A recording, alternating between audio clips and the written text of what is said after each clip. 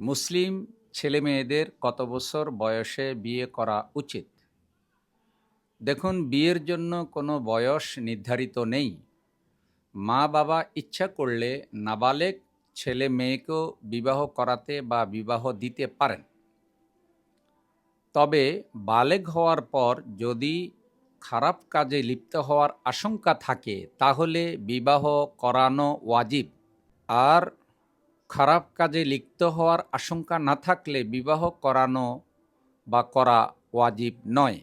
তবে সর্বাবস্থায় চারিত্রিক পবিত্রতা রক্ষার জন্য বিয়ে করা উত্তম। দুর্রে মুখতার কিতাবে বর্ণিত আছে, বিবাহ না করলে যদি পাপ কাজে লিপ্ত হওয়ার আশঙ্কা থাকে তাহলে ওই তরুণ তরুণীর জন্য বিয়ে করা ফরজ।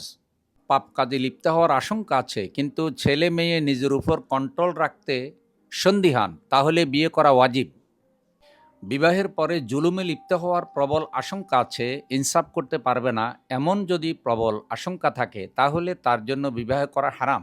সাধারণত বিয়ে করা সুন্নাহ, কিন্তু সে সন্দিহান যে বিয়ে করার পরেও সে জুলুম, অত্যাচার, নির্যাতন এগুলি করবে এবং শ্বশুরবাড়ি থেকে বা স্ত্রীর পক্ষ থেকে যৌতুক নিয়ে আসবে নির্যাতন করে, তার জন্য বিয়ে করা মাকরুহ।